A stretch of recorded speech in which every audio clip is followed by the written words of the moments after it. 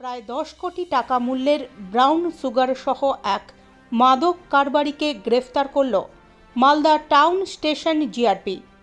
বিহারের কাটিহার জেলা থেকে মালদা টাউন স্টেশন আসার পথে ডাউন হাওড়া কাটিহার ট্রেনে জেনারেল কামরা থেকে ওই মাদক কারবারিকে গ্রেফতার করে মালদা টাউন স্টেশন জিআরপি।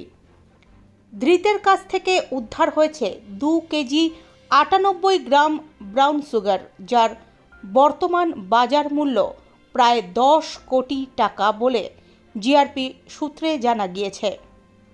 বিশেষ সূত্রে খবর পেয়ে মালদা টাউন স্টেশন জিআরপি সাদা পোশাকে অভিযান চালায় ডাউন কাটিহার হাওড়া এক্সপ্রেস ট্রেনের জেনারেল কামরায়। ওই কামরার জনৈক এক ব্যক্তি খাবারের টিফিন কৌটোয় প্লাস্টিকের মোড়ানো এই ব্রাউন সুগারগুলি মজুত রেখেছিল। এরপরই জিআরপির কর্তব্যরত অফিসাররা ওই মাদক কারবারিকে তল্লাশি চালিয়ে তাকে গ্রেফতার করে। মালদা জিআরপি সূত্রে জানা গিয়েছে, ধৃতের নাম ইসমাইল শেখ, বয়স 39 বছর। তার বাড়ি মুর্শিদাবাদ জেলার সুতি থানার চাঁদনিচক এলাকায়।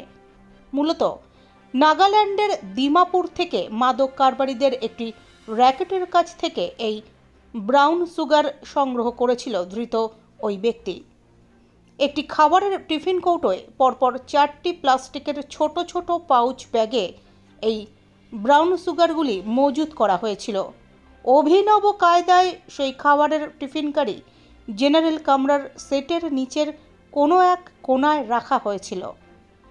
ধৃত ওই ব্যক্তি প্রথমে এনজিপি স্টেশনে আসে, সেখান থেকে কাটিয়ার আসে এবং কাটিয়ার থেকে কাটিয়ার হাওড়া ডাউন এক্সপ্রেস ধরে সে মালদাতে আসতে গেলেই জিআরপি পুলিশের হাতে সে ধরা পড়ে যায়। মালদা টাউন স্টেশনের জিআরপি আইসি প্রশান্ত রায় জানিয়েছেন, কি হয়েছিল? গতকালকে রাত্রিবেলা আমাদের কাছে একটা খবর আসে যে হাওড়া কাটিহার থেকে হাওড়া যাওয়ার ট্রেনে একজন লোক আসতেছে, ওর কাছে প্রচুর পরিমাণে ব্রাউন সুগার আছে। ওই খবরটা আমাদেরকে শেয়ার করছিল, কলকাতা স্টেট থেকেও শেয়ার করছিল। ওই খবরটাকে আমরা ওয়ার্কআউট করতে গেলাম।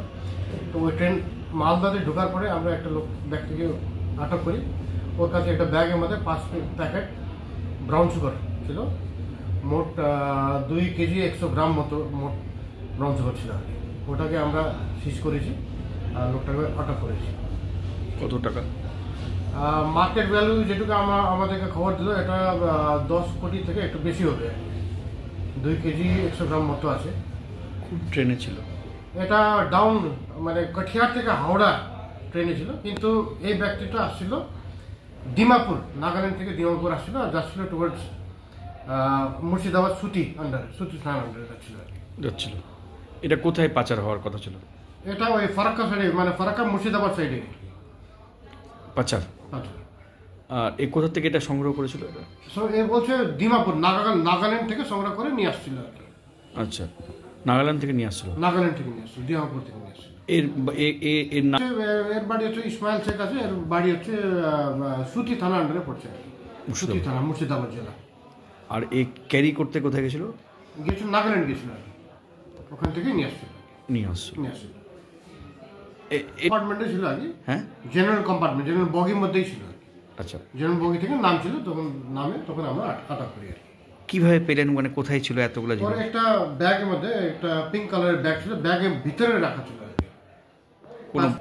কোনো না, ব্যাগের মধ্যে ছিল, হ্যান্ডব্যাগের মধ্যে ছিল। হ্যান্ডব্যাগের মধ্যে।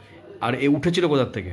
ওই দিমাপুর থেকে, মানে দিমাপুর থেকে আসলো এনজিপি থেকে ট্রেনটা বদল করে এই ট্রেনে আসছিল। থেকে উঠেছিল এনজিপি, দিমাপুর থেকে এনজিপি একটা ট্রেনে আসছে, এনজিপি থেকে আবার কাটিহার আরেকটা ট্রেনে আসছে, ওখান থেকে আবার এই হাওড়া কাটিহার ট্রেনে। আর এটা সাপ্লাই কোথায় হচ্ছিল বললেন? সাপ্লাই নাগাল্যান্ড থেকে হচ্ছিল আর নিয়ে যাচ্ছিল মুর্শিদাবাদে সুতি থানা। আমরা আজকে কোর্টে ফরওয়ার্ড করছি আর 7 দিনের জন্য রিমান্ড দেব। হ্যাঁ, মানে এটা সব আসছে বাইরে থেকে আসছে আর কি, সব বাইরের স্টেট থেকে আসছে, এদিকে মানে নর্থ ইস্ট থেকে আসছে। এগুলো দেখা যাচ্ছে আর কি। এটা আমরা ওয়ার্কআউট করছি কীভাবে স্টপ করা যায়।